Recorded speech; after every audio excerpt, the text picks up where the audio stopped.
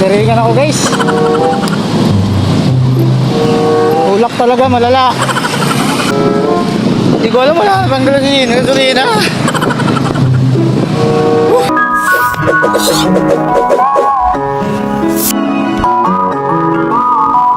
Bago mangyari, hindi inaasahang pangyayari. So what's up mga bossing, no? Nandito na naman si Ruben sa inyong harapan para magasik na ang kadiliman sa iyo. Dahil joke lang mga bossing, no? Kala ko pa iniisip to na what if hindi talaga ako matawagan ng mga pinag-applyan ko since nangyari na nga mga bossing, no? So ginagawa ko lang kung biro pero sa totoo lang po, na-open na rin ako at nalulungkot dahil hanggang ngayon hindi pa rin tayo tinatawagan ng mga pinag-applyan ko. Nakita nyo naman sa mga nakaraang video ko mga bossing, no? Medyo nakakaya, nakaka-disappoint lalo na sa inyo mga bossing, no? So, lalo na rin sa pamilya ko mga bossing na siyempre hindi tayo makapag-umpisa sa trabaho dahil nga wala tayong magagawa kundi maghintay ng tawag mga boss. So, yun, ginagawa ko na ng biro pero sa totoo lang mga boss nakaka-open. Kaya kagabi may naisip ako, since naalala nyo mga bossing nung nakaraan nagkasakit si AirPod dahil nga siyempre dala nga ng katandaan at nagiging sakitin na si AirPod. So, nandito na lang siya sa bahay nagpapahinga mga boss. So, meron siyang gamit which is etong motor na to mga boss, napapakita ko sa inyo mga bossing, no? So hindi niya na pwedeng gamitin, pwede niyang gamitin kaso lang delikado na sa kanya dahil may edad na siya mga bossing. Kaya naisip ko na ito na lang, ito na lang muna ang pagkakitaan ko since wala pa naman mga tawag dahil syempre diba yun nga. So yun, naisip ko tapos sinabihan ko na agad si Papa, sabi ko pa pwede kong hiramin muna pansamantala dahil wala pa naman tayong mga work. So kaysa naman magpabigat tayo sa bahay mga boss, no? Mas mahirap yun, no? So yun, kinausap ko siya nakaraan. Tapos yun, eto na nga ang papakita ko sa inyo mga boss, no? So medyo may kalumaan na siya mga boss. So yung iba dyan, siyempre mga insulto na, uy parang ganun, bakit yung motor niya? So wala na akong pakialam sa mga ganun mga bossing. Ang focus ko na lang ay makatulong at mabago yung buhay ko, umangat, at wala na akong pakialam sa sasabihin ng ibang tao kung ano man ang sasabihin ng ibang tao, gaga. So yun na. So ito na papakita ko sa inyo mga bossing, no? At syempre ito, syempre may pangalan to, hindi lang ano. At tatawagin ko siya mga bossing na Lolo ni Benny. So since anak siya ni Papa at anak ko si Benny. Anak ko si Benny, anak siya ni Papa, tatawagin ko siya Lolo ni Benny. Nung talikuran ako ng lahat, ikaw lang ang natira. Sabi ko na ba, maasaan ka kapag ako ay mag-isa.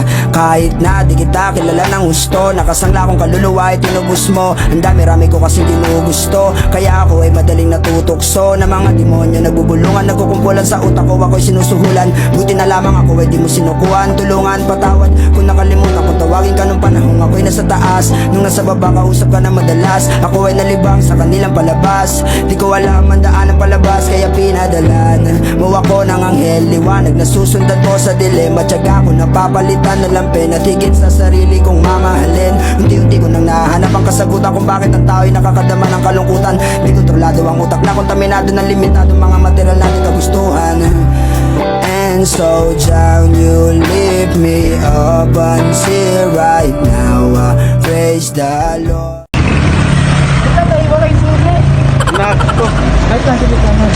So yun mga bossing, no, babiyahin na tayo para makita natin kung hanggang saan ang kaya ni Lolo Benny, no. So let's go! Nakuha agad si Lolo ni Benny ng booking by naman box. So dito natin matetesting kung hanggang saan talaga si Lolo ni Benny, guys. So yun, no. Shoutout nga pala kay sir, binigyan tayo ng packing tape. Sir, thank you sir. Let's go! Ang huling halakhak ng sound effect. Tirigan pa ako.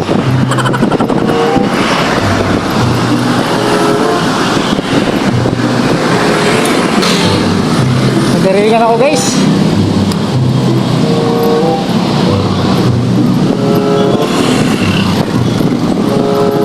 Tulak talaga, malala.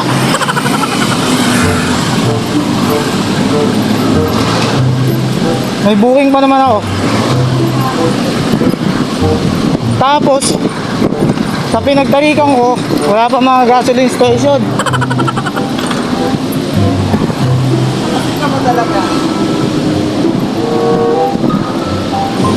Tirikan ako guys. 2 beses na yan!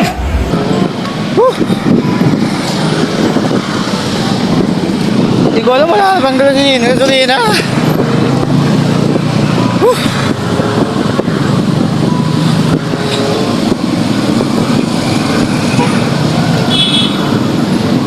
Di ko kasi makita yung ano niya.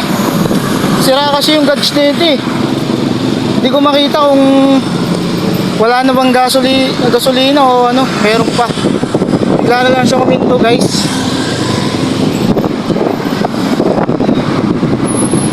Mahirap dito, may booking pa ako. Saka nandito tayo sa gitna ng ano. Buti, malapit na lang dito yung pin. Kaso hindi ko naman alam kung saan papasok. Kasi dito sa Makati, marami dito mga village na hindi ka pwedeng dumaan. So parang nakita ko sa pin.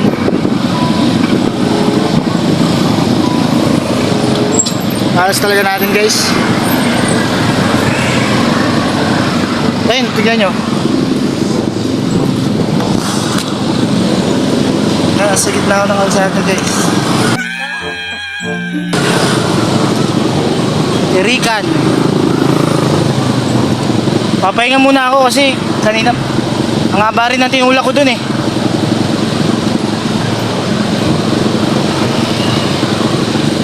Kanina inahalog ko siya, tapos tinignan ko, meron pa naman. Eh hindi ko napansin kasi nga nasanay ako sa automatic, yung nakikita ko kung ilang bar na lang ganun. Dito kasi wala. Tapos pagka doon ko sa flyover ako na ano eh, nawala ng gas eh. Padjak ako ng padjak, sabi ko ay putoy, dali to. Pabigat pa naman, purong bakal.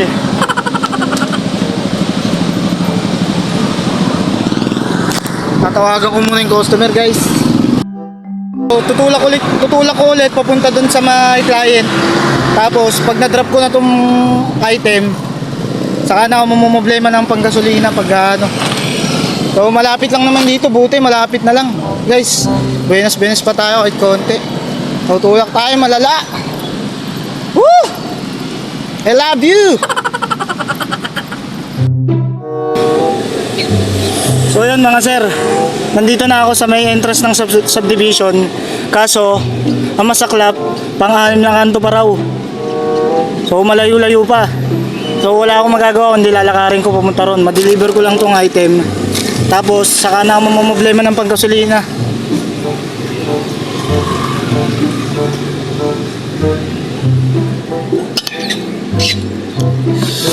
Ay nako, tara lakarin natin kasi hindi natin ma-deliver tong item. Mas mahirap yun, di ba? Sabi ni Bossing, unang kanto kanan.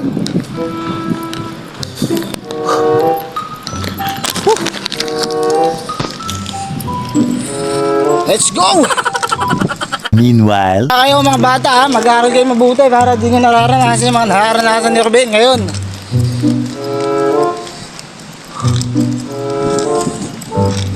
Kanina kasi sobrang dami niya pa. Pagtingin ko, pagsilip ko. So hindi ko naman alam kung malakas o mahina sa gasolina kasi wala ring nalagay na. Ayun nga, sira yung gauge mga bossing, no? Kaya hindi ko napansin.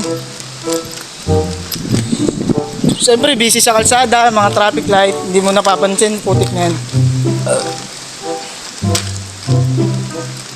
Pero baka meron mga ano rito, mga mababait na rider na ano.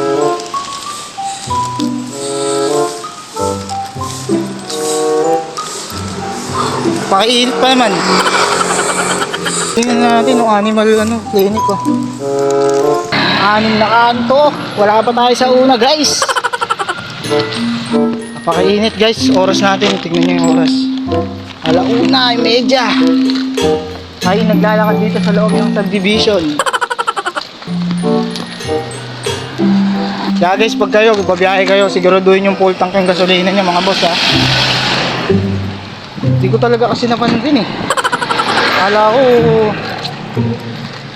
kagaya ni Benny na sobrang tipid sa gasolina. Tayo sa loob ng subdivision, guys. Hindi na tayo delivery rider ngayon, delivery walking na tayo ngayon, guys. Ganyan, may mga ano po, Halloween na dito. Ngayon, pang unang kanto yan ha. So 5 kanto pa ang ating lalakarin. Putot niyan. Ang po sabihin sa mga customer at mga nagpapabuking, mga bossing, mga ma'am. Minsan pagpasensyahan nyo po kami kung matagal po kami mag-deliver. Dahil po sa mga gantong sitwasyon o mga pangyayaring ganito, mga bossing, no? Hindi talaga may iwasan yung mga ganito. 25 24 dito. Ito. Guys, to 24 na guys. Sa wakas. Double ka. 24. Oh.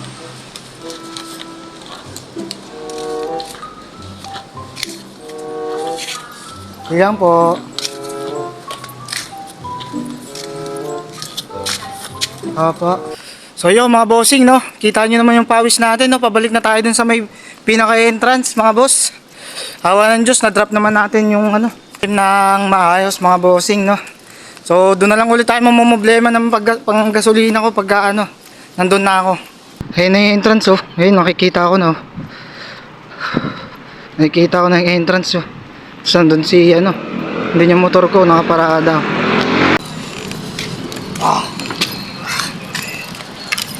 Bigat na itong motor ni Empa. Gusto ko nga pala magpasalamat kay kuya na tumulong sa akin na nagbigay ng gasolina sa akin mga bossing. Maraming salamat sa iyo tay, ayaw niya pang ipakita yung mukha niya dahil daw sa kumpanya yun, no. So respeto na lang, maraming salamat sa iyo tay, no. Naka menos gastos tayo sa panggasolina. Maraming salamat sa iyo tay.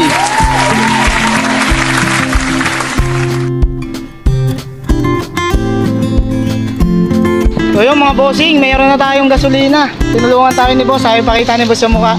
Salamat kuya, pangalan mo kuya? Huwag na rin. Salamat, may mga tao pa talagang mga nakagilid-gilid lang. Tapos yan, nakipagdaldala muna ako lang kuya kasi nakatambay din sila, tsaka nagpahinga na rin ako sa malilim kasi sobrang bigat talaga ng motor ni Airpod, tsaka napakalayo talaga ng gasolinahan dito sa mga boss. So yung gusto ko lang naman sabihin ng mga boss, no, pagka babiyahe tayo, lagi nating i-check yung gasolina kung full tank ba para hindi tayo mag-ahay sa mga gaya kong bugok. Tsaka lagi tayong tumulong sa mga nangangailangan para in case na nangangailangan din tayo, tutulungan din tayo gaya ng ginawa sa akin, no. So ako nga pala si Elos Ruben, mapagmahal nyo yung Let's go!